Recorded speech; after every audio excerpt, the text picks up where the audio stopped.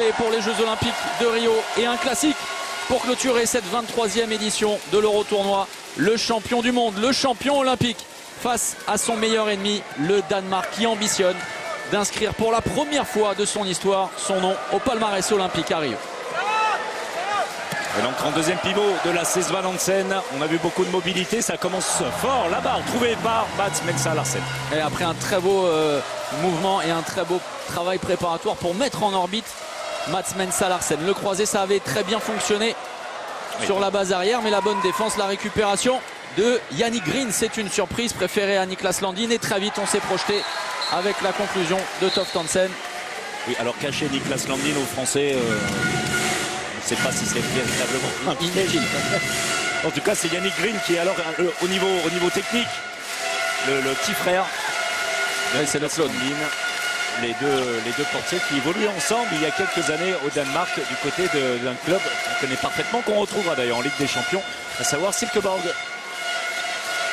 Mathieu Gréby en mouvement face à la défense danoise. Les deux postes 3, le passage de bras et en force. Nikola Karabatic va obtenir le jet franc.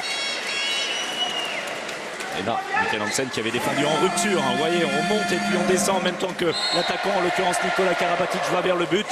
Heureusement, Henrik Toft Hansen avait bien fermé. Et le retour des deux frères Toft Hansen après la grave blessure, la rupture des ligaments croisés il y a simplement 8 mois à peine, 9 mois tout au plus. Ça, c'est un vrai miracle. Et un miracle qui va être important pour cette équipe. René Toft Hansen est essentiel. C'est vraiment la bonne nouvelle. On a parlé de la mauvaise, c'est l'absence d'Egert qui ne s'est pas senti prêt physiquement, des problèmes récurrents musculaires au mollet notamment. Il a préféré laisser sa place, en tout cas pas prendre de risque. C'est Kasper Mortensen qu'on retrouve sur le poste de gauche. Mais René Toft Hansen, rien qu'en défense, alors évidemment en attaque aussi, mais rien qu'en défense, il est essentiel. Et les deux tours de contrôle, les frères jumeaux. Nikola Karabatic, Mathieu Gréby. Changement de position pour le début de l'enclenchement avec Gréby, à qui on va demander énormément de responsabilités. On l'avait laissé sur une note remarquable en finale de la Coupe de France. Mathieu Gréby face au PSG. On sait qu'il est capable du meilleur, lui qui revient également de blessure, qui a connu une saison un peu pourrie et qui ne garde pas forcément un souvenir ému de cet Euro-Tournoi. C'est là où il s'était blessé grièvement l'année dernière. Et c'était de ce côté-là du terrain, face à Veszprem. Préparation. En tout cas, c'est lui qui a ouvert la marque pour les Français. C'est bien défendu. Cédric Sorando qui a battu le ballon à destination de Toft Hansen. Michael Guigou qui va temporiser. Valentin Porte. On va tranquillement mettre en place le jeu français, effectuer le changement. Attaque-défense, Luka Karabatic pour Mathieu Gréby. Ça passera par la défense. On en a l'habitude face au Danemark. Lorsqu'on met les Danois et notamment la qualité du jeu danoise, et bien quand on met tout ça à défaut, on a des difficultés côté danois. Croisé, Valentin Porte en mouvement, les Français avec l'entrée à l'opposé au poste de deuxième pivot de Michael Guigou. Et carton jaune après celui contre Mikkel Hansen.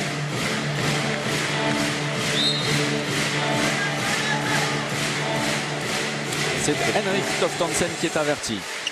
Michael Guigou qui va rester en deuxième pivot très large. Hein, Sorando et Guigou pour laisser de la place. La tentative premier poteau, ça ne trompe pas Green. Et attention, il faut assurer le repli défensif.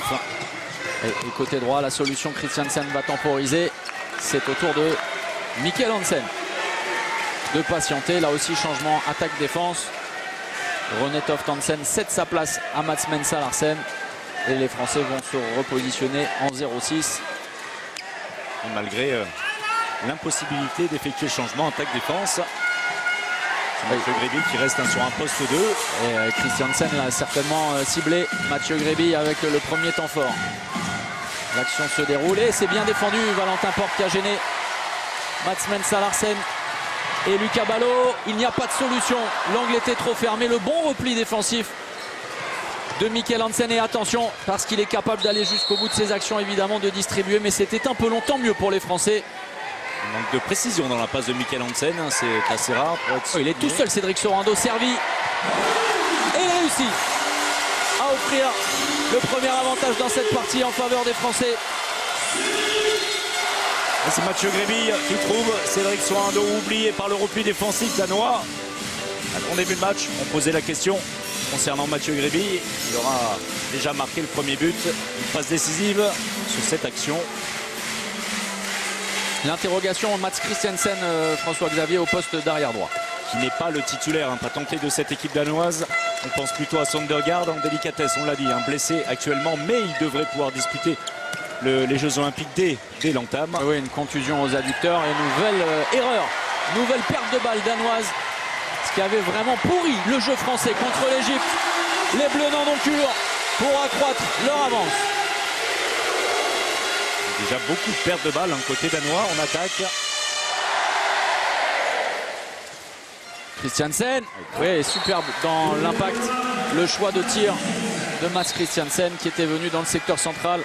Et qui se rend disponible sans ballon. Vous voyez la course sans ballon. Il change d'intervalle, vient plein centre. On voit cette contre-attaque rondement menée par les Français. Et la finition de Michael Guigou qui aura été impeccable lors de la première sortie des Français face à l'Égypte. Savoir, c'est lorsqu'il n'est pas impeccable. C'est rarissime. Oui, je confirme. Et pour avoir eu la chance de discuter un petit peu avec lui, il se disait vraiment régénéré après la saison, la grosse saison avec son club. Montpellier vainqueur des deux coupes de la Ligue et Coupe de France. A profité de quelques jours de repos vraiment suite à la préparation physique. Le plus lourd ayant été effectué à la Toussuire, et bien Michael Guigou s'est senti vraiment très bien. Ça a été confirmé dès vendredi.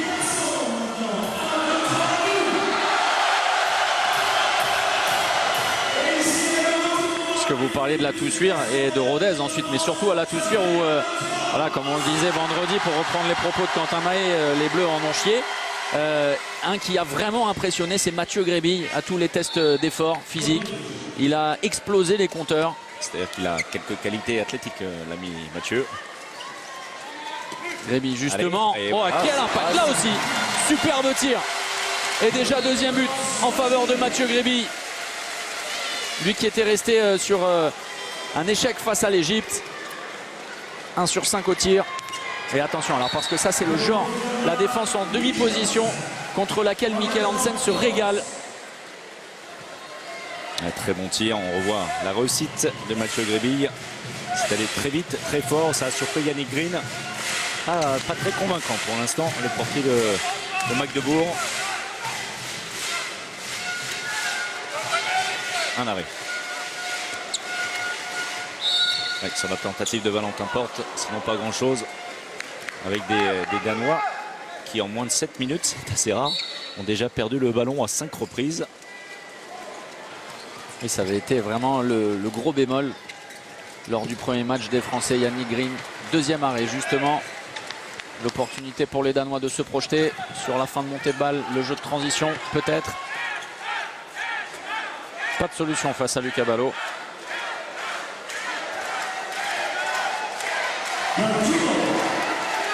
Les instructions de Mats Mensah Larsen. Toftansen qui est allé se positionner sur le poste 2 de Valentin Porte. Il va sortir en Yago très certainement. Et c'est fait, il est servi. Et derrière, le but étant d'accélérer. Très mobile les défenseurs français.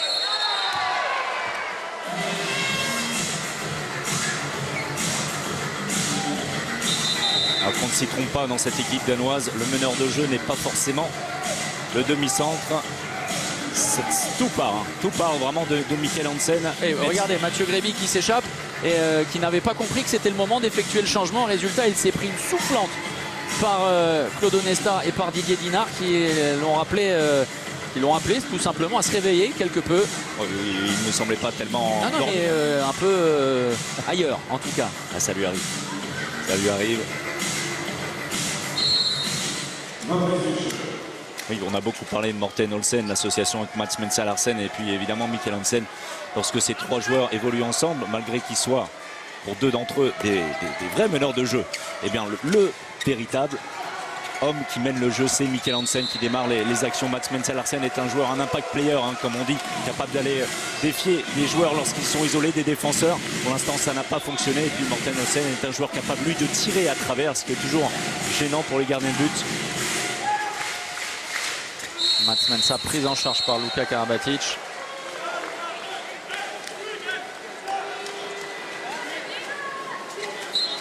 Alors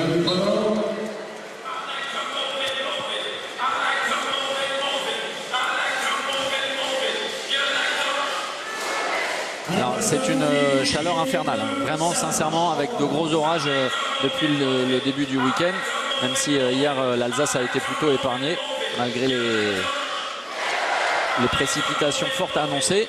Mais aujourd'hui c'est insoutenable, on se croirait en Thaïlande au mois d'août avec 95% d'humidité et une température dans la salle qui doit avoisiner les 40 degrés. Et ce qui explique, on a déjà parlé vendredi également, les nombreuses fautes de main, les pertes de balles. Pas de faute de la part de Michael Guigou. C'est à la finition qu'a échoué Lasse Van Hansen. Nouveau tir danois sur la barre. Et toujours aucun arrêt. Et c'est bien de la part de Nico. Le jeu sans ballon. Ah, la finition manquée face à Yannick Green qui est en train de monter, alors si l'on ose dire, en température. Nouvel arrêt pour Yannick Green. Alors les statisticiens ont mis un arrêt à Vincent Gérard sur l'action précédente. Peut-être a-t-il effleuré le ballon. Ça m'a échappé. Il voit tout aux statistiques. Il voit mieux que nous. De toute façon, je vais toujours mettre le crédit au gardien. J'aime tellement ce poste que voilà, Vincent Gérard a effectué son premier arrêt, c'est tout. Mikkel Hansen, Mats Mensa, Christiansen, Luka Karabatic en dissuasion. Et ça passe très très vite.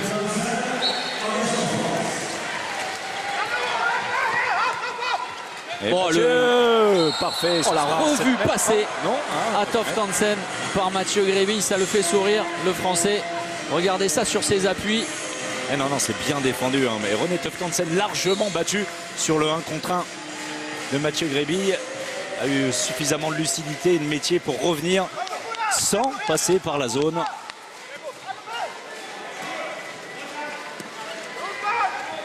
Le changement de position. Mathieu Grévy en demi-centre. Le premier mouvement, une nouvelle fois en 1 contre 1. Et encore sur Toft Hansen. Sur René, hein, en l'occurrence.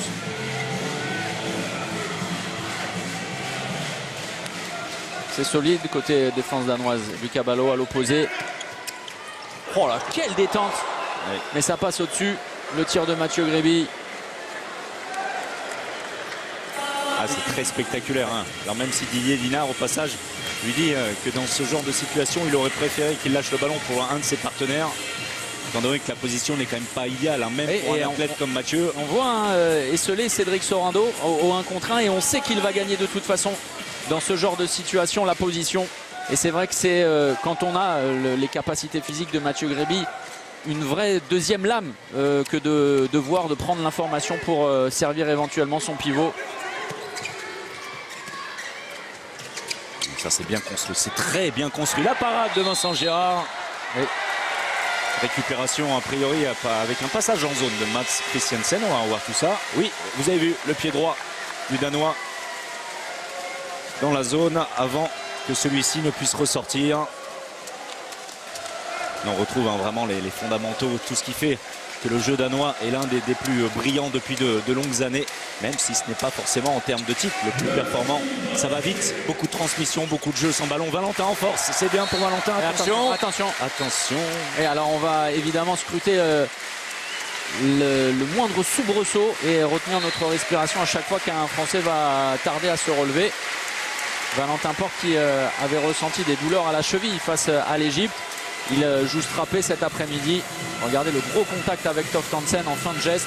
Et le contact, oui, le contact. Alors, je serais tenté de dire qu'il vaut mieux un contact qu'une torsion.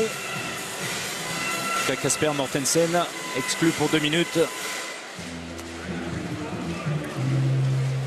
Valentin qui s'est, alors peut-être n'allez-vous pas être d'accord avec moi, qui s'est étoffé à nouveau encore plus alors qu'on l'avait trouvé très fit, très affûté, même presque fin lorsqu'il était revenu de blessure.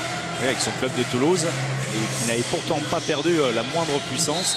Et il a repris un petit peu. On a beaucoup travaillé du côté des Français lors des 3 dernières semaines. Beaucoup de charges également. Un nom de code. Quintalé. Non.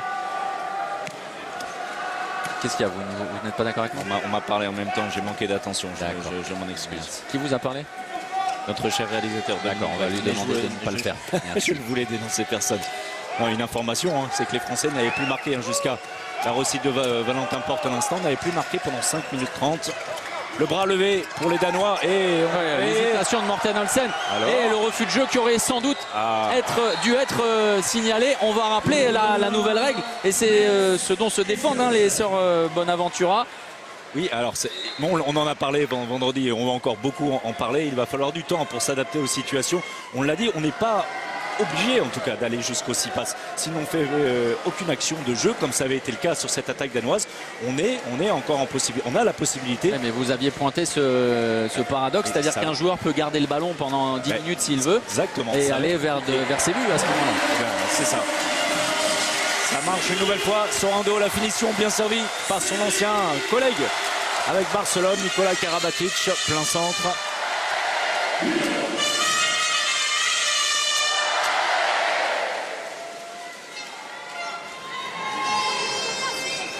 Et on l'a vu, Michael Guigou, lorsque les Français évoluent en supériorité numérique, s'extirpe de la défense française pour sortir un joueur, pas forcément le demi-centre, un joueur du jeu et repousser surtout la préparation d'attaque adverse. Ouais, regardez la défense très haute. Effectivement, Michael Guigou sur Mats Mensa Larsen. C'est une stricte, même opérée de semi-strict sur le demi-centre danois. Oui, le jeu qui a continué jusqu'à l'aile. Et Vincent Gérard. Oui. Oh,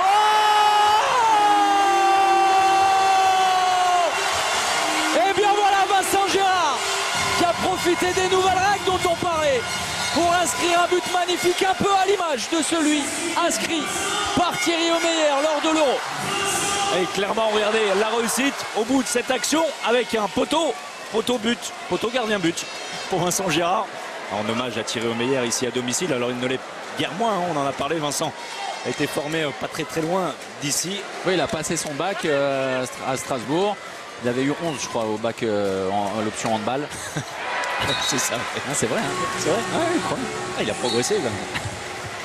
Et ça va vite sur l'engagement. Valentin. Bien, Valentin. C'est bien. Beaucoup de projections vers l'avant. Et effectivement, Vincent Gérard, le Lorrain, le Messin, mais qui a une partie de son cœur alsacienne, comme quoi, hein, on peut parfois bien s'entendre. Ouais, bien sûr. Lui qui est passé par le pôle espoir et qui a déjà joué ici, que ce soit avec Dunkerque et Montpellier lors de l'Euro-tournoi. Un Euro-tournoi magnifiquement organisé par Christian Karl. Et pour sa 23e édition. Et on profite également de ce petit point pour saluer Vincent Narducci qui lui aussi est à l'origine de ce tournoi, à qui on pense bien fort, à toute sa famille qui vit des moments compliqués en ce moment. Vincent Narducci, on pense au club du MHB à Montpellier. Et on espère revoir Vincent avec l'autre Vincent sur les bords du terrain dès la rentrée prochaine en D1. Belle parade de Vincent Gérard, on voit Adrien Dipanda se préparer derrière le banc français qui auront quelque peu profité de cette sécurité numérique. Attention les deux, il joue auprès. Pas de solution, la récupération, le ballon perdu par Nikola Karabatic, il va aller jusqu'au bout. Et le ballon. Oh, et non. Attention. Quel retour, attention, Nikola Karabatic. On parlait de l'Euro, on se souvient d'un retour tonitruant de Nikola Karabatic. Et ensuite, le but de Michael Guigou. Retour vers le futur. Cet après-midi à Strasbourg. Vous vous souvenez de ce geste de Nikola Karabatic? Incroyable. Bien sûr. Voilà ce qu'il fait de Nico, un joueur. Et vous entendez la musique de Rocky qui résonne. C'est un guerrier, un combattant, Nikola Karabatic, et il est revenu pour se jeter dans les cordes. On aime ce genre de geste. Avec la finition tout de suite, c'est les plus beaux cauchemars danois. C'est une action, une telle action. Nikola Karabatic, nouvelle perte de balle, belle interception de la défense française. Beaucoup d'intensité. On va revenir à la faute. C'est monté en régime là clairement depuis quelques minutes, depuis le but de Vincent Gérard. Oui, peut-être un appui de trop. C'est pour ça que les arbitres vont revenir à la faute danoise. Gudmundsson furieux, non pas sur les arbitres, mais sur ses joueurs, avec de nombreuses pertes de balles une nouvelle fois. Gudmundsson, entraîneur islandais de cette équipe. D'ailleurs, une particularité, c'est que c'est le seul homme à avoir battu l'équipe de France lors des 2 dernières Olympiades. Oui. Avec l'Islande, rappelez-vous, du côté de Londres. Enfin, il s'en serait bien passé de pouvoir battre les Français en match de poule. Mais sachez que, à mon avis, Claude Onesta l'a toujours en mémoire, lorsqu'il a fait 3 fois le tour du terrain après avoir battu la France. Adrien Dipanda sur le terrain. Oh, et Mathieu Gréby, le passage en force, il aurait dû lâcher le ballon pour Michael Guigou. Henrik Molgaard. Christiansen, la fin de la montée de balle, c'est bien joué. Les Danois ont profité du mauvais repli défensif français.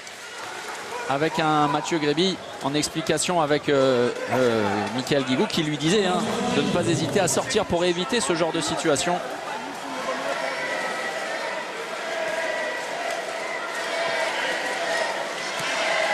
Gréby, Dipanda, les 2 arrières autour de Nicolas Karabatic.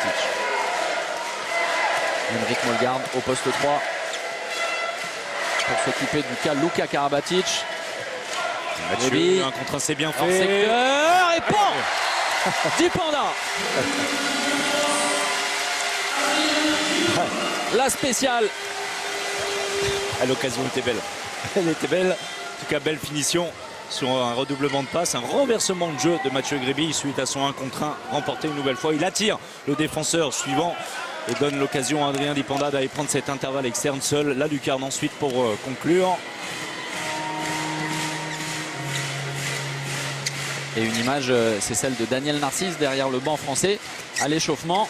Daniel Narcisse qui n'avait pas pu jouer, on le sait, blessé légèrement à l'épaule. Merci à Dominique Brett et toutes les équipes d'AMP Visual. Voilà pour vous montrer les dernières minutes avant le retour sur le terrain de Daniel Narcisse dans ce week-end strasbourgeois. Ses premières minutes tout court. Effectivement, lui qui a dû passer par la case anti-inflammatoire avec des poches de glace soignées par le staff des Bleus. Et attention, on le répète, c'est très dangereux de laisser Mikkel Hansen même hors secteur comme ça lorsqu'on défend en demi-position. Facile, une nouvelle fois. Regardez, il prend l'information, on ne sort pas sur lui très rapidement. Il pose son pied de la jambe d'appui, déclenche avec un petit peu de réussite. Ça bat Vincent Gérard. Voilà. Ah bah oui, on comprend. Merci Géraldine Laveste dans le quart régie. Ah oui. Effectivement, le terrain est subi un petit peu l'humidité, la chaleur. Alors vous ne l'avez pas à l'image, mais remis en place par un champion du monde. 15 à Philippe Schaff, directeur du tournoi. Très bon golfeur désormais. Paraît-il. Comme Olivier Giraud. Oui, on en a entendu parler. Alors des infos circulent comme quoi ils auraient même joué hier ensemble. Et qu'Olivier Giraud se serait baladé. J'ai des informations encore plus récentes, comme quoi ils auraient joué également ce matin. Ah.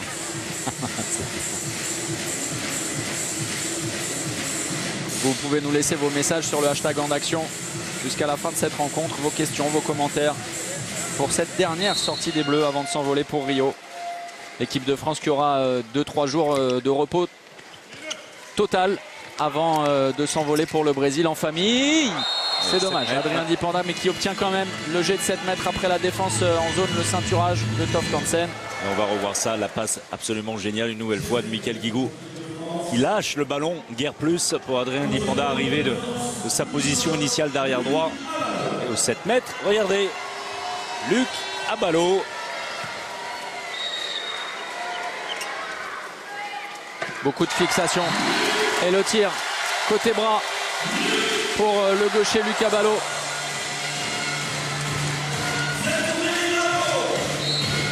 Les feintes de Luc, la bonne finition sans fioriture.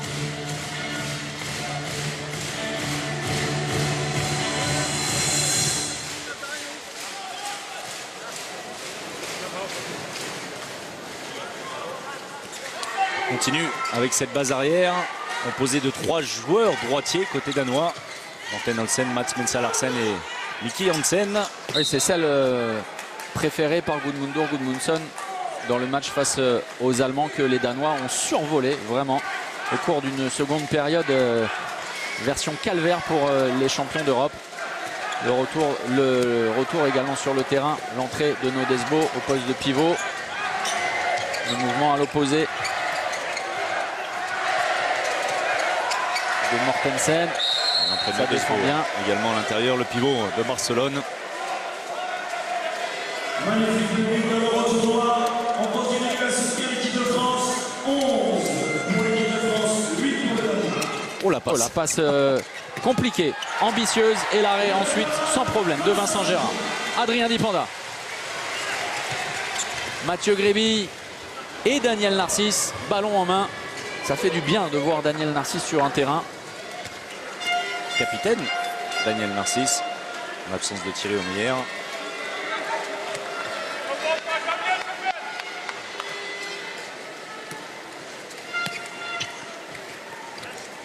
Le changement de position avec Gréby, côté droit, Guigou. Énormément de mobilité. Ouais, peut-être dans l'intervalle externe, Daniel Narcisse aurait pu y aller. Le bras est levé, il faut trouver une solution. Et elle est faite dans un angle impossible. Ouais, il y aura même 2 minutes évidemment. 2 minutes pour Jesper Nedesbo, on vous en parlait il y a quelques instants. La passe. Alors, quel but du local de l'étape, on pourrait dire aussi. Hein. Il est né à Strasbourg. Et Luka Karabatic. Poussé dans son dos qui arrive à trouver malgré tout le coin long. Et puis la passe une nouvelle fois de Michael Guigou dans le dribble pratiquement. Et les Danois qui vont devoir évoluer une nouvelle fois en infériorité numérique. Nedesbo exclu. Et 4 buts d'avance, c'est le plus gros écart. Et puisqu'on parlait de Vincent Narducci tout à l'heure, on est obligé évidemment d'honorer la mémoire de Branko Karabatic, qui est une légende ici en Alsace, à la Robertsau, à Strasbourg. Alors une légende humaine, si j'ose dire. Quelqu'un qui a été tellement apprécié. Et Morten Olsen qui trouve la solution. On a été un petit peu léger dans l'intervalle externe. Dipenda. Et bien voilà. Merci. Les Français profitant une nouvelle fois de la nouvelle règle. Et à savoir qu'on n'avait pas réussi à faire le changement. Avec le retour du gardien trop tardif. Un petit mot sur Branco, hein, qui pas très loin d'ici. Hein, quelques kilomètres à côté de la Robertsau. Les yeux de Lala. Karabatic, eh bien, avec la salle, Branko Karabatic qui a laissé alors autant dans l'apport technique, dans l'apport physique, dans l'apport de ses compétences et ses connaissances sportives, mais surtout l'homme qu'on a énormément apprécié. C'est très bien joué ce mouvement conclu par Toft Hansen. Et attention parce que les Danois prennent des risques avec le changement. Yann Nygren qui a réussi à se repositionner.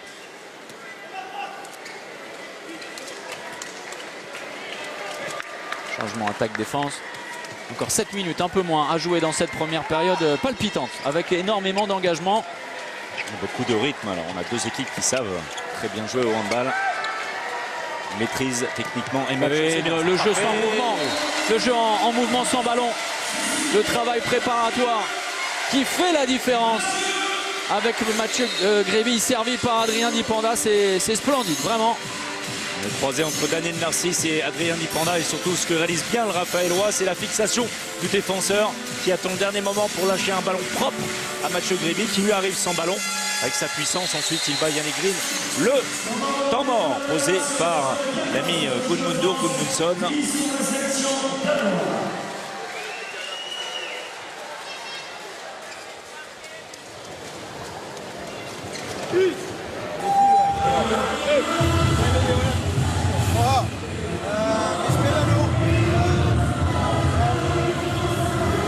Som venstre fløj, du dækker ind i midten.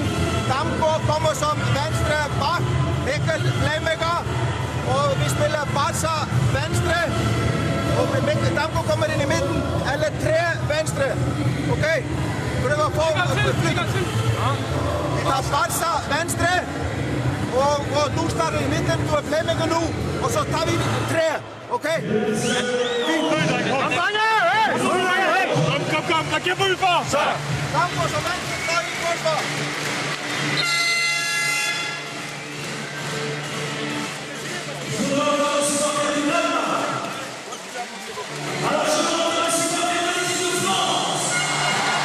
Précision linguistique, l'Islandais n'a absolument rien à voir avec le Danois. La chance de Gudmundur Gudmundsson, c'est d'avoir entraîné un club au Danemark, au russe, me semble-t-il, il y a quelques années. Et donc il maîtrise cette langue. On parlait de l'histoire commune avec Claude Onesta et l'équipe de France, avec à Londres, la victoire des Islandais en poule face aux Français.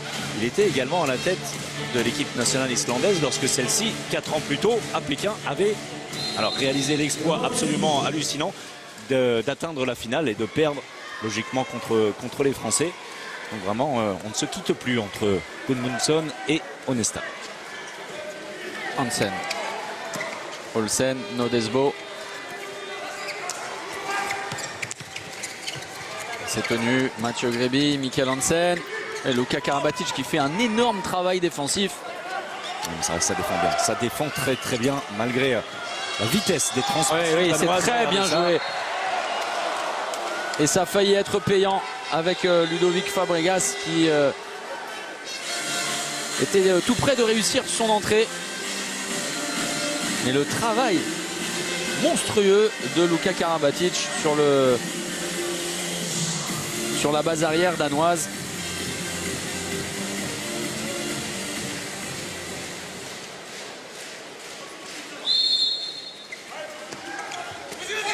Mikkel Hansen, oui, le décalage, c'est très très bien joué. Parfait. Mikkel Hansen sur un appui qui arrive à gagner l'intervalle suffisant pour bien décaler son arrière droit. Et ensuite, c'est Svan Hansen qui finit le travail pour la première fois dans cette partie. Il était plutôt en échec à 0 sur 3, 1 sur 4 maintenant pour les droits de Flensburg.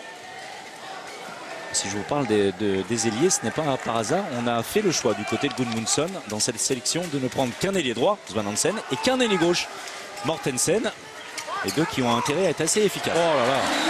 Sublime. Daniel Narcisse, pour ceux qui s'inquiétaient de son épaule, tout va bien. La fin de par en dessous. Et face à son coéquipier Henrik Molgaard, son coéquipier à Paris, il trouve la solution. Belle lucarne, coin long.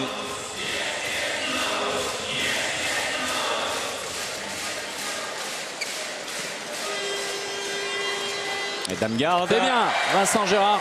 Le ballon sera conservé par les Danois. Sur cette première tentative de l'arrière gauche de Magdebourg.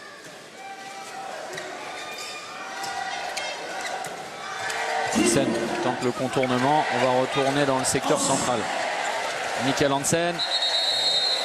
La passe entre les jambes.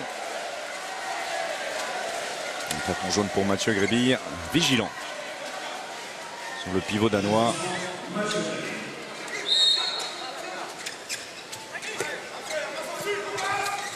Oui, trop long. Et Vincent Gérard prend l'information. Mathieu Gréby pour Guigou. Le slalom. Oh, c'est la passe splendide pour son coéquipier à Montpellier. Ludovic Fabregas, regardez la classe et la vista pour cette passe splendide. Combien de joueurs sont capables dans un espace aussi restreint et alors complètement enfermé puisqu'on parle d'un ailier. Je vous parle de Mikkel Guigou. Déjà 3 passes décisives sur 2 mètres, pas plus. Vraiment, quel joueur et quel état de forme pour Mika.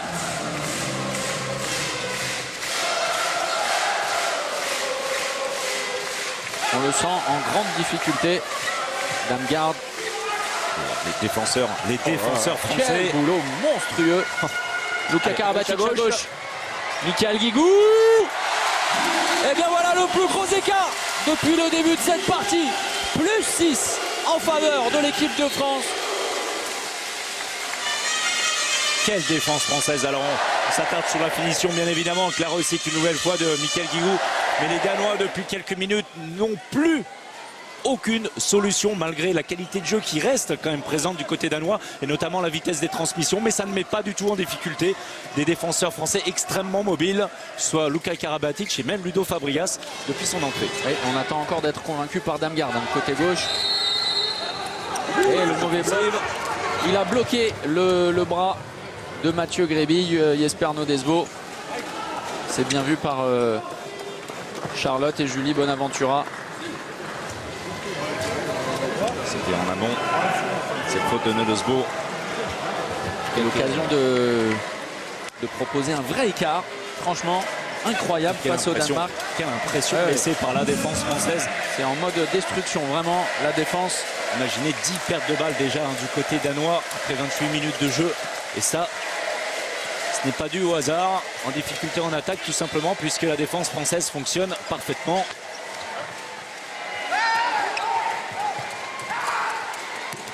Et trop facile ce tir, bien anticipé. Et c'est récupéré par Yannick Green. Le pied en zone, ballon récupéré. Le meilleur. Et la lecture de Yannick Green. Et Svan Hansen, on l'a vu, furtivement le pied en zone. Nouvelle chance pour les Français. Daniel Narcisse à la mène. Alors on nous demande des nouvelles de Thierry Omeyer, on en a donné avant-hier, on va en redonner pour ceux qui étaient absents. L'arrêt de Yannick Green face à Luca Ballo. Encore quelques petites douleurs aux adducteurs, au psoas précisément, mais tout va bien vraiment pour Thierry Omeyer qui nous l'assurait. Si on était en mode Jeux Olympiques, il jouerait toutes les rencontres. Il connaît son corps parfaitement, Thierry Omeyer.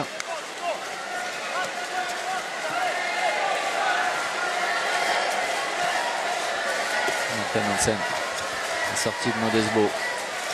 La dernière minute et peut-être l'ultime action danoise. Damgaard, Olsen. Oui, c'est bien le Schwenker pour trouver la solution. Avec un Mathieu Gréby en difficulté parfois sur ce côté, sur ce poste 2 défensif. Et la qualité individuelle, la qualité technique de Morten Olsen avec ce Schwenker posé devant Mathieu Gréby alors que Mathieu était déjà en l'air pour essayer de contrer l'ancien Raphaëlois. Peut-être une dernière possession pour les Français. Regardez ce mouvement avec Schwenker à la limite de la zone. Morten Olsen qui se rétablit pour s'organiser et tromper premier poteau. Vincent Gérard. Et le retour de Nico sur cette dernière attaque. Luca à l'intérieur avec deux pivots. Fabrias, on n'a donc plus de gardien de but. On est en supériorité numérique tout simplement. Et c'était la question posée par Olivier Giraud tout à l'heure avant le match à Claude Onesta qui a dit oui, effectivement, nous allons prendre des risques sur certaines actions et notamment sur les fins de mi-temps. 7 mètres.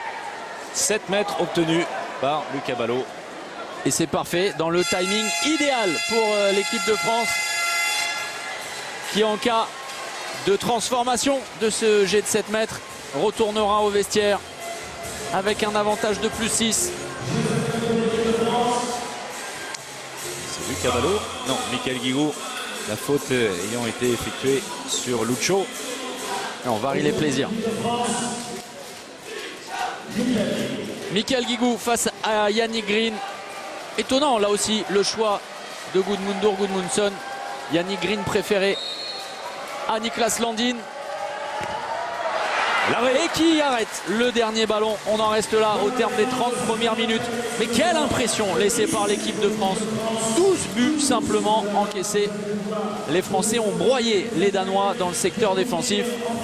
Grâce notamment à un énorme Luka Karabatic. Valentin Porte, 3 jours avant l'entrée en lice aux Jeux Olympiques de Rio.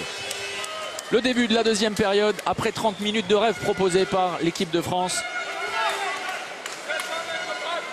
Les Bleus vont continuer leur revue d'effectifs avec Timothée Nguessan pour remplacer Mathieu Gréby dans cette seconde période en mouvement. On a tenté un coup entre Daniel Narcisse et Timothée Nguessan. La bonne défense, beaucoup de vigilance de Mats Christiansen. C'est tout le côté gauche qu'on a changé côté français puisqu'on retrouve en lieu et place de Michael Guigou Quentin Mahé fait son entrée sur le poste d'ailier gauche. Alors est-ce que Niklas Landin est capable de tout changer? Oui, de toute façon. Mais face à la réussite des Français, le bras est levé. Dommage. Le tir raté pour cette première tentative. Timothée Nguessan, le coin long. Il est bien mis en situation par Daniel Narcisse. Manque de précision pour Timothée. Ça a été également le bémol, le problème pour le futur Barcelonais lors du match face à l'Égypte. Mats Christiansen, Morten Hansen à la main. Et Mikkel Hansen servi, le meilleur joueur de la planète. Oui, il a fait la différence face à son ex-partenaire à Saint-Raphaël. Morten Olsen, le retour au jeu placé. Et l'arrêt, sans problème, de Vincent Gérard. C'est récupéré avec Vincent qui demande d'essuyer le ballon. La bonne anticipation Vincent Gérard.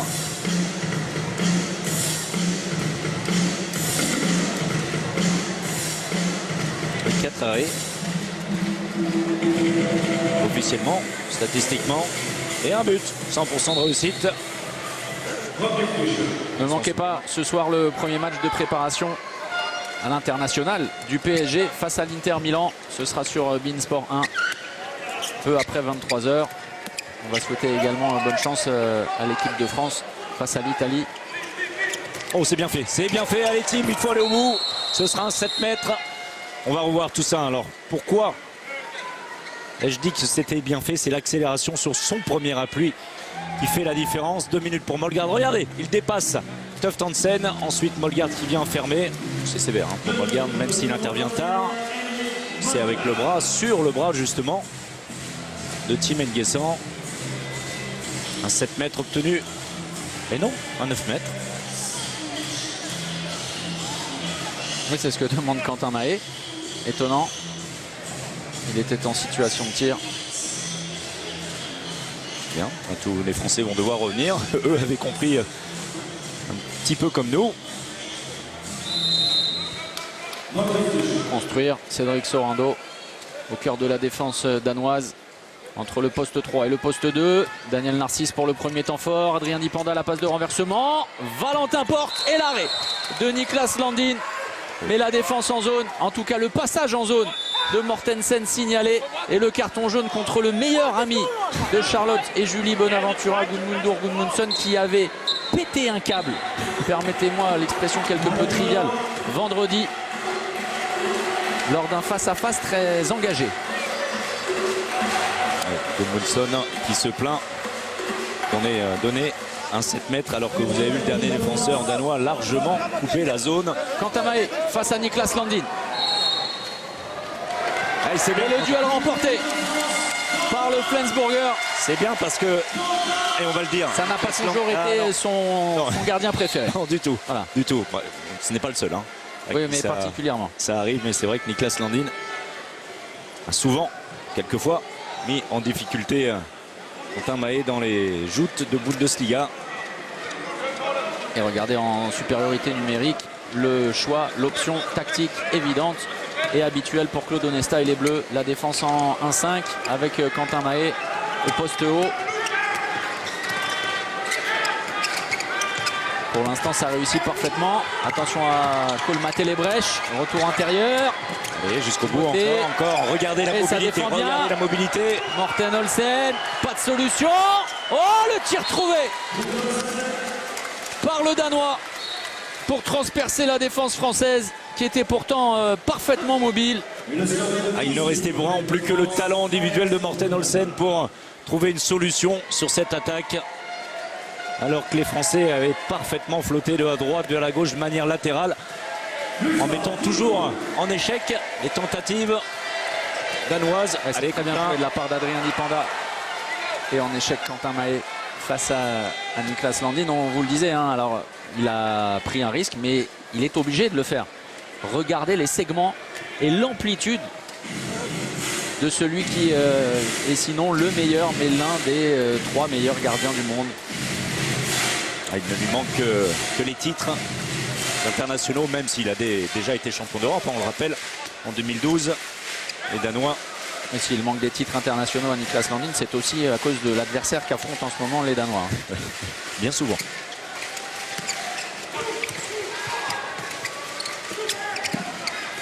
Ouais, c'est bien. La part du duo Luka Karabatic, Cédric Sorando. Tentative contrée, la tentative de Morten Olsen. Cédric Sorando à la limite du passage en force face à Morten Olsen. Valentin Porte. Oh, c'est difficile ça. Ouais, dans le trafic, Luka Karabatic avec un Valentin qui s'est décalé sur son poste d'origine, sur le côté de l'aile droite.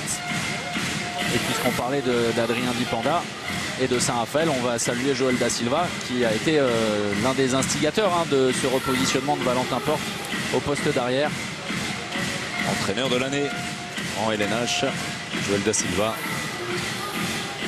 Les Raphaélois qui sont revenus de vacances et qui ont débuté leur travail préparatoire pour pour cette saison qui s'annonce et qu'ils ne disputeront pas. Et alors ça nous a vraiment émus, interpellés, interloqués.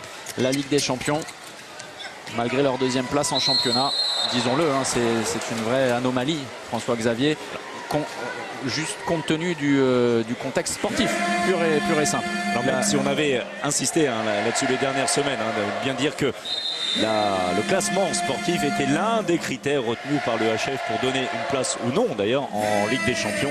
C'est vrai qu'il est toujours, non, pas seulement pour les puristes, tout simplement les amoureux du sport, qu'il est toujours étrange qu'un 3e, 4e de championnat soit retenu en Ligue des Champions, mais pas un deuxième, pas le dauphin du champion Paris. Voilà, c'est comme ça fonctionne comme ça. Il y a quelques anomalies, disons-le. Vous avez peur de prononcer le mot? Non, j'en cherchais un autre. D'accord. Dipanda. Valentin Porte. Serre à nouveau. Le Raphaël. Allez, c'est bien fait. Timothée Nguessan et l'arrêt. Aïe, aïe, aïe. Ouais, vous le disiez, hein, c'est vraiment sa némésis. Encore une fois, hein, ce n'est pas le seul et ce n'est pas uniquement mental, mais tout à fait technique. Un gardien très grand. Mais il lui offre son premier poteau. Il lui dit viens mon ami, je t'attends ici.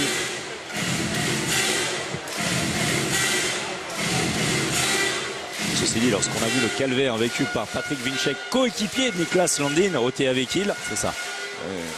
Voilà, on peut comprendre que ça arrive également à d'autres d'être en échec sur le grand Niklas Landin. Hansen, qui se promène. La revue là aussi. Tranquillement. Les petites feintes de Mikkel Hansen. Et Cédric qui est allé à la buvette là-dessus. Et en compagnie de Timothée Nguessan. Tous les deux avec le pivot danois. Aucune prise en charge de Mikkel Hansen. La défense en dissuasion de Mats Christiansen. Côté gauche. Daniel Narcisse. Le croisé peut-être, non. Retour antérieur, Quentin Mahé. Ça défend bien très haut. Timothée en force, ça. C'est bien joué. Timothée Nguessan qui a pris ses responsabilités parce que la défense en tiroir sur les deux postes 2 gênait vraiment la base arrière française. Plus puissant, plus fort qu'Henrik Tuftansen. Pas de fermeture ensuite. Là aussi, hein, c'est ce qu'on va demander, que ce soit Mathieu Gréby ou Timothée Nguessan, Adrien Dipanda. Pourquoi pas de l'autre côté, mais de gagner le premier duel pour faire la différence. Parce que évidemment, côté mobilité sur les postes 3 danois qui sont obligés ensuite de compenser, il y a vraiment des coups à jouer. Chose que sont capables de faire bien évidemment Nicolas Karabatic et Daniel Narcisse. Ils font d'ailleurs depuis de longues années. Premier échec de Mikkel Hansen dans cette partie, on l'avait vu furtivement. Il en était à 5 sur 5, le roi Mikkel. Un peu gourmand sur cette tentative prend long. Allez, le passage à l'externe. Non, 7 mètres. Bien aimable selon Gudmundur Gudmundsson. Ok, bon, c'est bon, et j'ai compris l'histoire. Alors qu'il demande de tout arrêter. Allez, on va quand même continuer. Et il est en zone, Kasper Mortensen. Oui, et puis accessoirement, Mats Mensah-Larsen vient en mettre une bonne, à Adrien Dipanda. Il y retourne, c'est bien. Quentin Mahé, la tête froide. La capacité d'oublier également le tir précédent.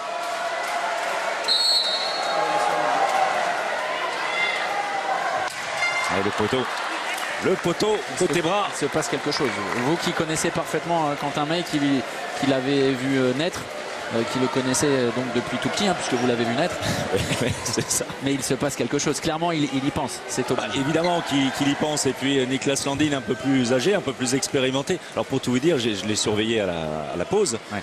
Niklas Landin est venu lui parler avec le sourire, tranquillement, pendant que Quentin Mahé s'est chauffé. Voilà, c'est aussi un moyen de dire, tu vois, je suis là. On se reverra peut-être un petit peu plus tard. Bon, voilà, ça reste épisodique. Souhaitons qu'à un moment, peut-être ce complexe, s'il y en a un, se termine. Oui, et puis là, on va le laisser faire le beau, Niklas Landin, face à Quentin Mahé. On rappelle que le Danemark sera le dernier adversaire en phase de poule à Rio, aux Jeux Olympiques de l'équipe de France, pour ce qui constituerait peut-être une finale. Et des inquiétudes pour Adrien Dipanda, qui est sorti du terrain en boitant. Au niveau du dos, des côtes, me semble-t-il. Bas du dos, a priori, oui. Et le retour de Valentin Porte sur le poste d'arrière droit. On va surveiller bien évidemment ça. Pris en charge, il part au vestiaire directement. La passe Dipanda, très très bien joué. Et en force, au forceps.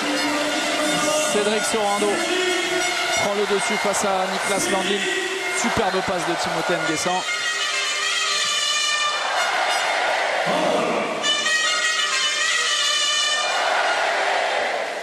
La capacité, mais alors ça c'est l'école scandinave, malgré les grands segments de Niklas Landin, de se projeter rapidement au sol. On le voit sur ce mouvement, les douleurs ressenties par Adrien Dipenda qui demande immédiatement le changement.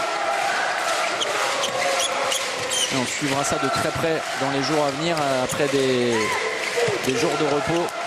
Le retour dans le Club France à Enghien-les-Bains avant de s'envoler pour Rio. Oh super! Quel tir de Morten Olsen. Le tir élastique. Que de qualité technique individuelle chez ce joueur. Vous me confirmez que c'était bien le même Morten Olsen qu'on avait aperçu en championnat de France. Mais je vous... C'est-à-dire ça n'est pas un homonyme ni un pote à lui, non? Non, une coupe de cheveux un petit peu différente à l'époque, mais c'est bien lui, Morten Olsen, qui réalisait ça. Alors je suis tenté de dire 5, 6, 7 fois par match lorsqu'il portait les couleurs d'Hanovre. Il avait vraiment brillé, réalisant des performances qui avaient quand même marqué la Bundesliga avec des matchs à 15, 16, 17 buts me semble-t-il une fois. Ensuite du côté de Saint-Raphaël ça avait été un petit peu moins probant. Oui, surtout quand il avait annoncé au président Krakowski qu'il voulait partir, il voulait retourner en Allemagne. Oui, ensuite oui, il avait un petit peu disparu. 6 pour Sorando avec Nguessan. Le retour de Nicolas Karabatic, Daniel Narcisse face à son partenaire du PSG, Henrik Molgaard.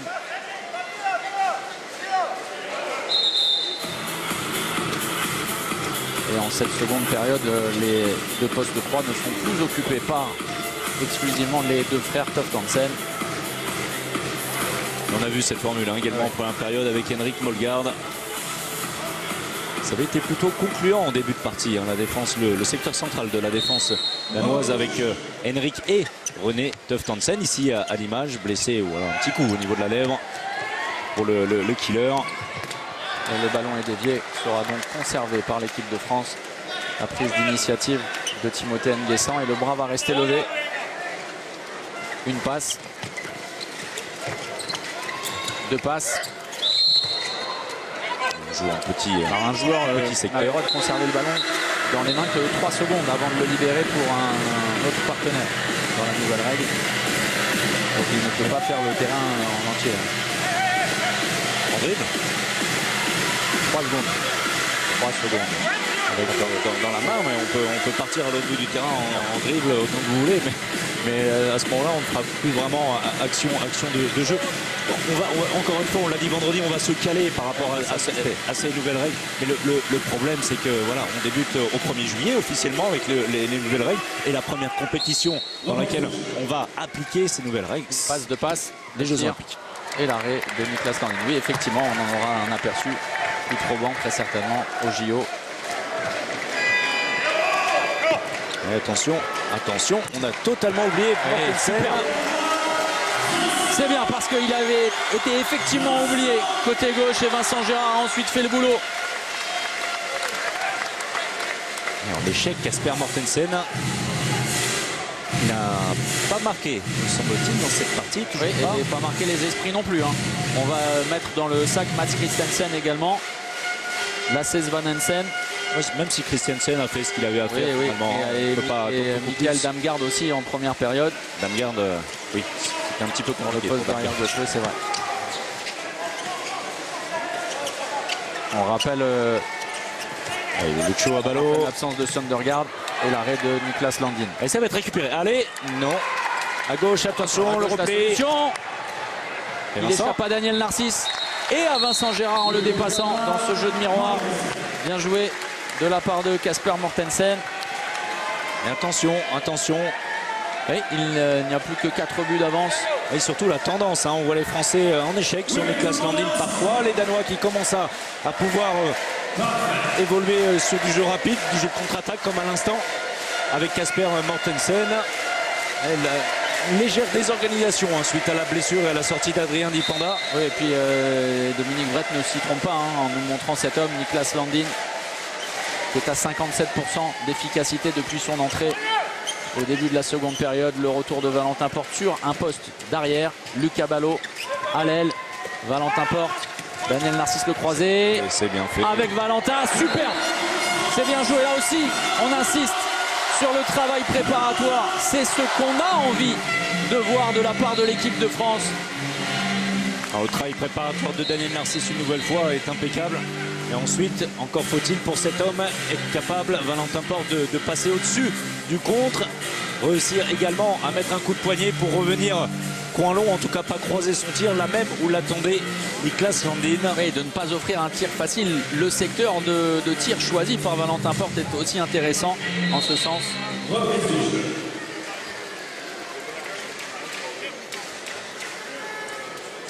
Ça, c'est une vraie chance hein, lorsqu'on doit composer une sélection à seulement 14 noms, on le rappelle, hein, c'est 14 plus 1, un réserviste, le 15e.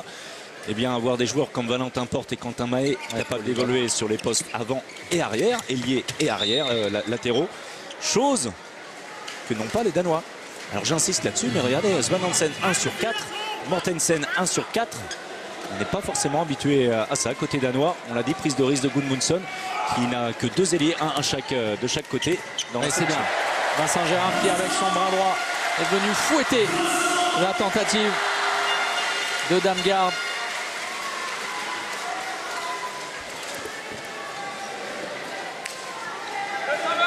Allez Timothée.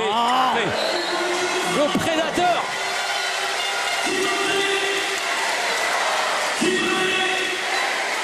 Un tir rapide, pose de son appui et aussitôt on déclenche avant même le contact. Tir coin long au sol. Parfait de la part de Tim.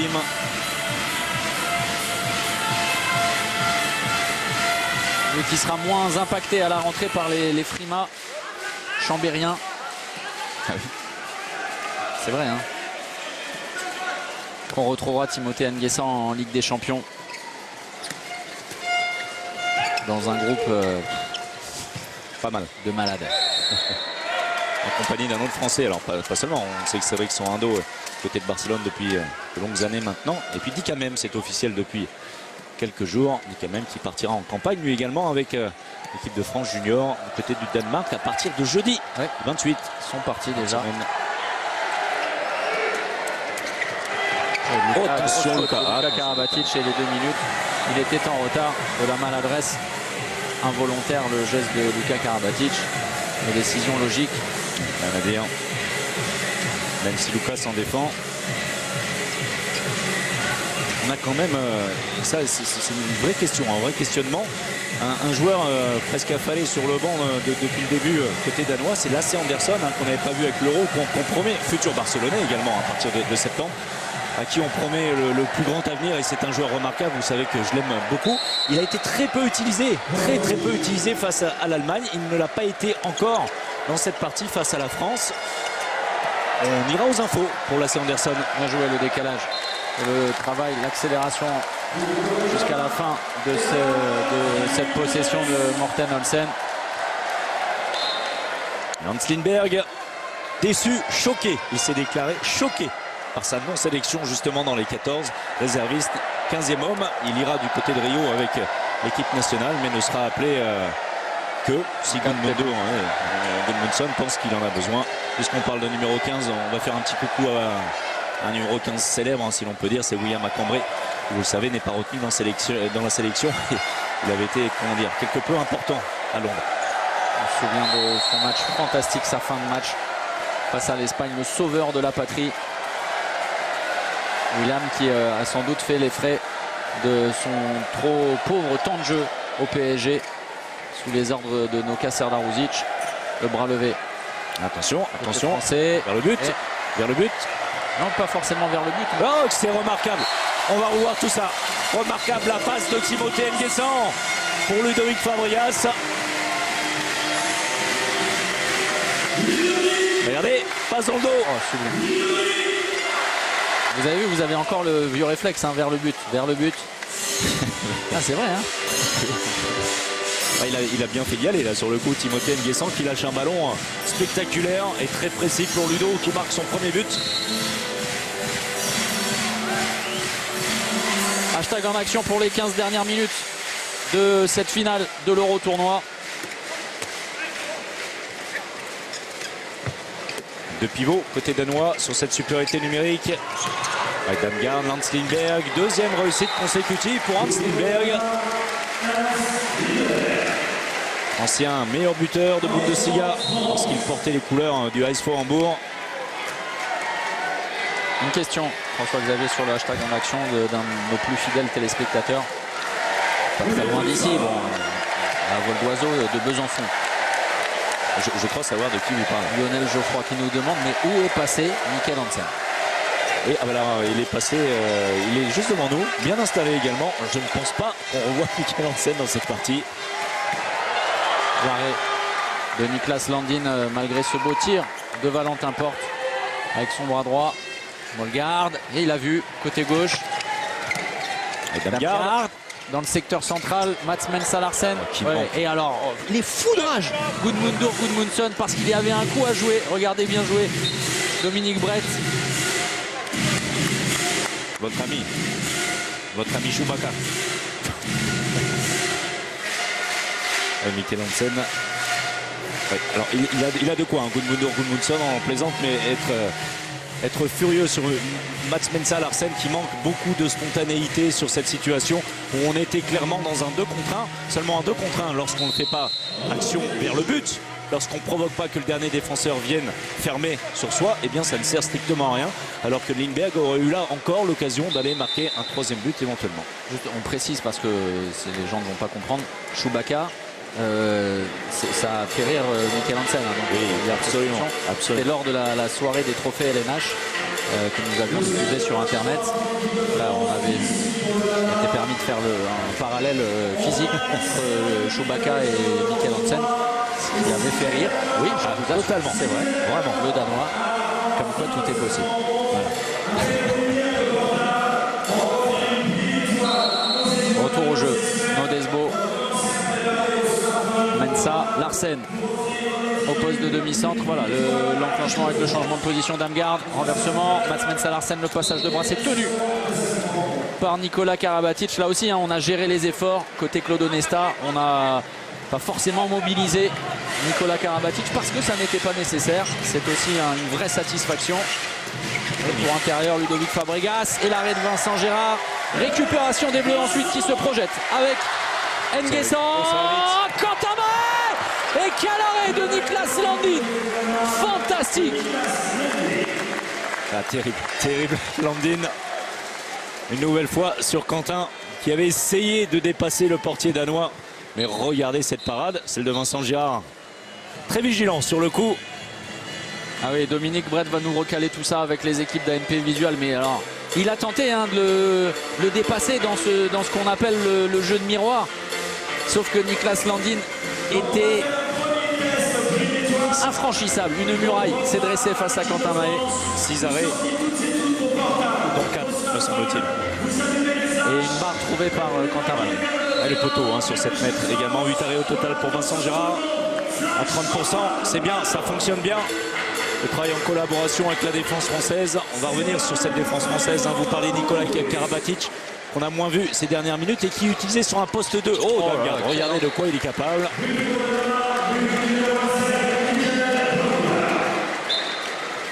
Changement de position entre les arrières. Croisé sans ballon. Nouveau temps faible, côté bleu. Le retour de Nicolas également en attaque au poste de demi-centre. Ludovic Fabregas au poste de pivot. L'entrée à l'opposé, Lucas Ballot, Timothée Nguessan qui sert Ludovic Fabregas et le ballon perdu. La passe décisive de Niklas Landin. Et les Danois sont de retour avec la conclusion de Hans Lindberg. Il y retourne. Oh là là, et là ça va commencer à devenir un cauchemar. Il retourne. Là, ça va cogiter sévère là, pour Quentin Mahé. Mats Mensa Larsen qui vendange alors que les Danois sont clairement dans une phase favorable, bien aidés en ça par Niklas Landin qui est en train de fabriquer un mur dans son but. Oui, mais voilà, la décision est immédiate et on va apercevoir Olivier Gnocas. Ça c'est dur de la part de Claude Onesta, mais c'est assez logique finalement. Dur, ça n'est pas aujourd'hui que les choses se font. Non, Xavier, c'est dur, mais c'est bien. Franchement, ça ne sert à rien. On ne va pas remettre Mika non plus sur le terrain, qui a montré une nouvelle fois toute sa classe dans les 30 premières minutes. Allez, C'est bien, voilà. Transpercez-moi cette muraille danoise. Et puisqu'on parle de transpercer, comptez sur le bulldozer en chef. Et bravo à Luca Ballot sur cette action, c'est lui qui fait la différence, mobilisant 2 défenseurs danois. Ensuite, Nicolas à la finition redonne 4 buts d'avance aux Français. Ça va là, c'est bon. Sandine, 2 minutes. Enfin 2 minutes, ça va 2 minutes quoi. Alors, attention, on est en train de surveiller également, on verra peut-être ça derrière le banc français. Quentin Mahé est sorti par Claude Onesta avec les échecs répétés sur Niklas Landin, mais qui est en train de changer de protection. Il a retiré la chaussure. Mais on vous l'a dit, problème à la cheville. Le temps mort causé par Gudmundur Gudmundsson.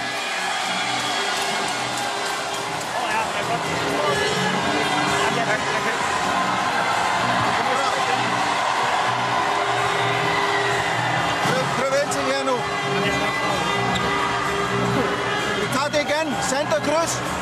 Damgaard, du kigger efter, om vi vinder det her duel her. Nød. Stille og roligt kommer du den vej her. Okay? Så du kigger efter, om han vi vinder det her duel. Men nød er herinde, hvis han kommer med, spiller vi her. Og kan du måske komme ud igen.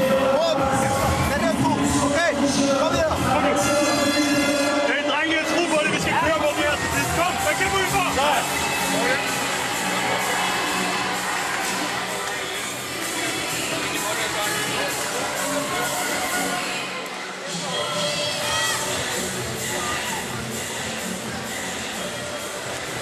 Les 10 dernières minutes de cette 23e édition de l'Euro-Tournoi.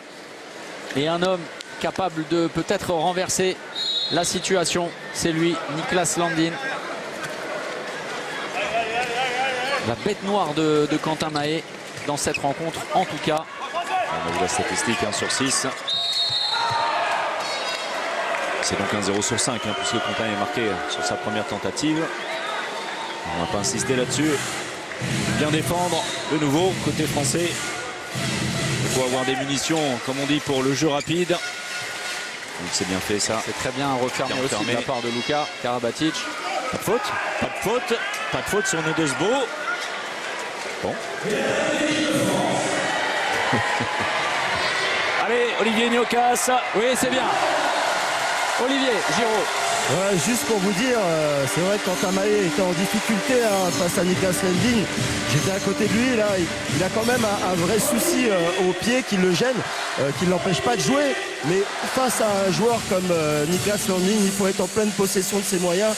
Et c'est tout logiquement parce qu'il est en difficulté, mais aussi parce que dans ces conditions physiques, c'est compliqué que aussi le staff de l'équipe de France l'a sorti. Olivier, vous qui avez été un ailier d'exception, la solution face à un gardien comme ça, aussi chaleur. Eh ben, il faut jouer, il faut surtout arriver à mettre les 2 premiers buts parce que sinon il vous rentre dans la tête et là ça devient très compliqué. Rentrer dans la tête, ça peut être aussi une solution pour le tir. Aussi. On avait parlé de Bertrand Gilles notamment face à l'Égypte, gardien égyptien en demi-finale. Allez, Lucho. Ouais, c'est bien. Là aussi pour venir rabattre au premier poteau. Et ce qu'on loue sur le hashtag Grande Action, c'est le sens du sacrifice aussi de l'homme élastique, Luca Ballot. Très généreux. Bon, très bon, on l'a vu sur l'action précédente, le but de Nicolas Karabatic. Cette fois, c'est Nico qui lui rend l'appareil. Avec, entre les deux, le frère Luka Karabatic qui lâche un très bon dernier ballon, un bon ballon de décalage, pardon. Et ensuite, le but, premier poteau face à Niklas Landin. Et Luc qui va rejouer sa première compétition planétaire, non pas européenne, après son forfait lors du championnat du monde au Qatar, qui reste Luc sur un titre olympique.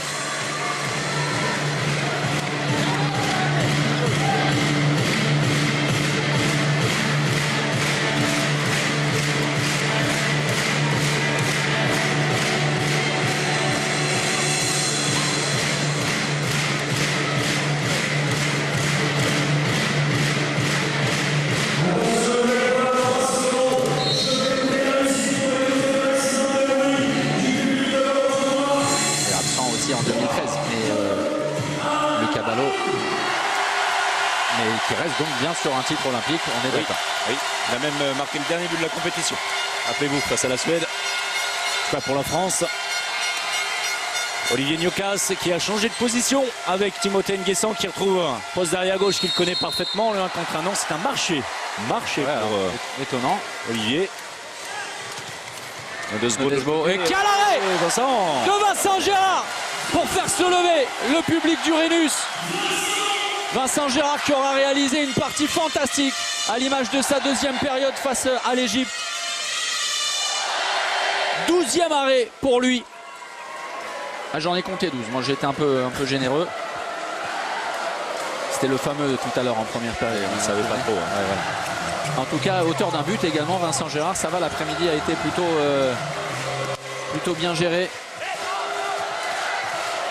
En difficulté face à Fabregas Morten-Olsen, peut-être une possibilité de jeu rapide. Alors, pas direct, mais dans un second temps, Timothée. Pas montré de balle, et bien voilà.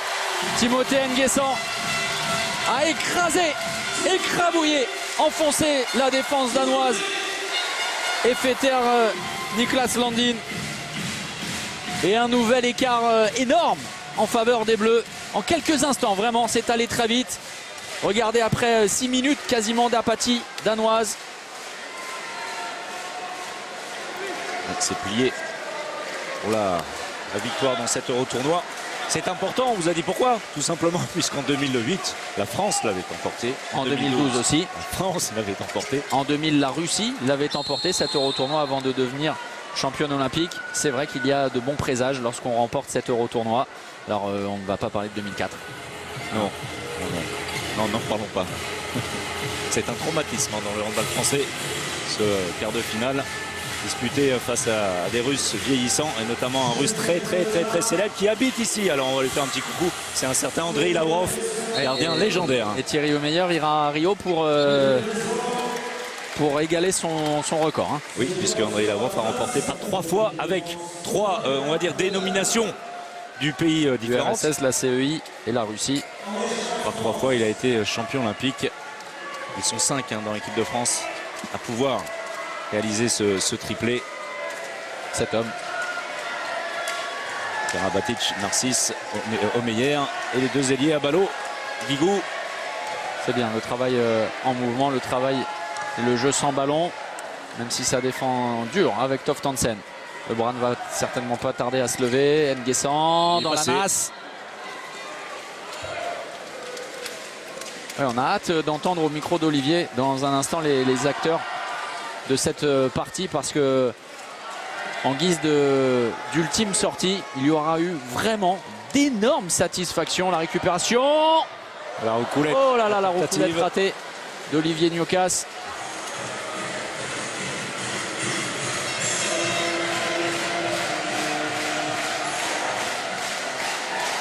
Olivier qui aura sans doute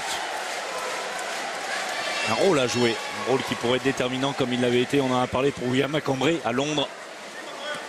Si on trouvait en fin de compétition ou même avant Olivier Gnocas tout frais par rapport aux autres avec les qualités dont il dispose et qu'il a montré en janvier du côté de la Pologne lors de l'Euro, ça pourrait en surprendre plus d'un. On continue à travailler au cœur de la défense française. C'est bien ce que fait Olivier Gnocas, même si les Danois vont obtenir un jet de 7 mètres pour un passage en zone. On va le revoir au ralenti. Oui. Pas évident. Non, pas évident du tout. C'est-à-dire, quand on dit pas évident, on peut dire aussi non, absolument pas. Hein. Voilà, surtout vous. Hein. C'est bien, ça va donner l'occasion à Vincent Gérard de stopper le jet de 7 mètres de Jesper Nodesbo. Eh bien, ce sera Wesley Pardin. Ça aussi, c'est une image très sympa, offerte par Claude Onesta, de mobiliser quasiment l'ensemble de son effectif. On avait aperçu Benoît Kounkoud lors du match face à l'Égypte. Les 2 hommes qui continuent leur aventure avant de s'envoler à Rio avec l'équipe de France. Pardin qui fait connaissance avec un pivot tireur de 7 mètres, ce qui est relativement rare. Mais et c'est lui qui va conserver la place dans les buts jusqu'au bout. Quelle partie énorme de Vincent Gérard. 11 arrêts, donc on va s'arrêter sur ce chiffre. 34%, un but inscrit, 100% de réussite au tir, c'est pas mal. Et Timothée en provocation.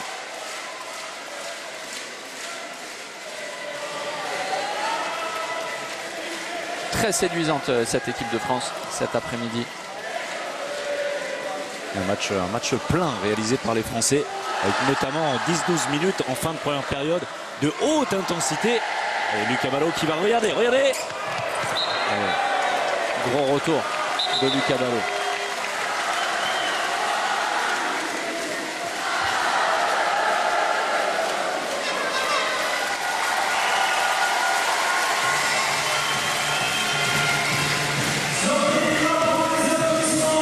Et comme lors du match de classement, la dernière confrontation entre la France et le Danemark et Blin, eh bien, ce sont les Bleus qui vont s'imposer assez facilement. Et la différence ayant été faite dans les 10-12 dernières minutes de la première période, avec une intensité, haute intensité, je vous disais.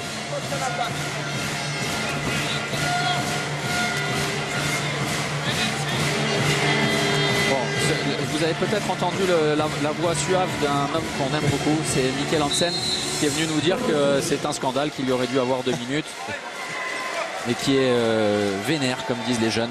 Voilà pourquoi on s'est interrompu quand même quand le meilleur joueur du monde nous parle. Eh bien, on écoute. Il lui est arrivé parfois dans le championnat de France d'avoir quelques discussions avec la grosse faute de Nicolas. Passage en zone, la zone dont le but accordé à Damgard. Voilà, Luka Karabatic qui tente. On balance dans les derniers instants Damgard pour Nodesbo qui bat Wesley Pardin. Et vivement que ça se termine, parce qu'il reste encore 1 minute 30 et qu'il n'y a plus que 3 buts d'avance. Non mais écoutez, non mais c'est assez rare que ce soit moi qui vous dise c'est plié avant la fin du match. C'est-à-dire il y a maintenant la jurisprudence Final Four de la Ligue des Champions. Oh oui. Plus jamais, on ne pensera qu'une équipe va s'imposer même avec 8 buts d'avance. En tout cas, les Bleus, oui, c'est sûr, vont s'imposer, vont remporter cette 23e édition de l'Euro Tournoi. Peut-être de bon augure, on le rappelle, après 2008, après 2012, le vainqueur ici à Strasbourg s'est toujours imposé lors des Jeux Olympiques qui suivaient. Et ça tombe bien, à chaque fois, ça a été l'équipe de France. Les Bleus qui auront parfaitement terminé le travail de préparation en France avant quelques jours de repos. Bien nécessaire pour se ressourcer en famille avant d'affronter les joutes olympiques, pour tenter de conquérir un 3e sacre continental, pour écrire une ligne de plus au palmarès fantastique d'une équipe de France qu'on soutiendra jusqu'au bout devant notre télé. Voilà, on cédera le témoin à nos confrères et on sera les premiers supporters de cette équipe de France qu'on aime passionnément. Et on n'est pas les seuls, regardez vraiment quel beau public aujourd'hui derrière l'équipe de France du côté de Strasbourg. Cédric Sorando pour le dernier but de cette partie. Et bien voilà, les Bleus s'imposent et terminent leur week-end strasbourgeois par un succès utile, nécessaire, idéal pour se donner confiance. Victoire 29-25, place désormais aux Jeux Olympiques et place